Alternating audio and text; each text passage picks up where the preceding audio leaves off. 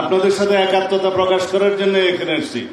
তার আগে কিছু কথা, আমি বাংলাদেশ জাতীয়তাবাদী দলের একজন কর্মী।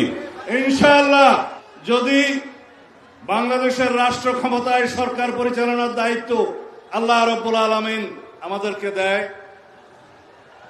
এদেশের জনগণ যদি আমাদেরকে মহব্বত করে দায়িত্ব দেয়, যদি আপনারা সবাই সহযোগিতা করেন, মঞ্চে উপবিষ্ট যারা রাজনৈতিক নেতৃবৃন্দ, পীরে কামেল, হযরত উলামায়ে কেরাম, আমাদের দেশের বুজুর্গানে দিন যারা আমাদেরকে পরিচালিত করেন, সবাই যদি আপনারা সহযোগিতা করেন, একসাথে থাকেন, তাহলে আপনাদের এখানে আজকে যে সমস্ত দাবি দেওয়া আছে, আমরা সকল দাবি দেওয়া এই প্রস্তাবের পক্ষে ইনশাআল্লাহ।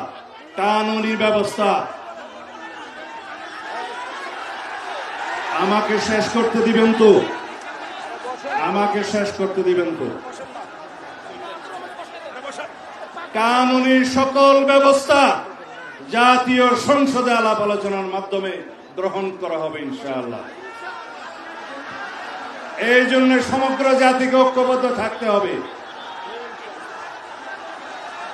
যাই হোক, আপনারা যে ভাষায় আমাকে কথা বলতে বলছেন সেটা আইনের ভাষা না। আইনের ভাষা হচ্ছে এগুলো কার্যকর করার জন্য, এই প্রস্তাব গ্রহণ করার জন্য সবাইকে ঐক্যবদ্ধ থাকতে হবে, জাতীয় সংসদে সবাইকে ঐক্যবদ্ধ থাকতে হবে এবং সারা বাংলাদেশের মুসলমানদেরকে ঐক্যবদ্ধ থাকতে হবে। আমরা ইনশাআল্লাহ আপনাদের এই প্রস্তাব গ্রহণ করব।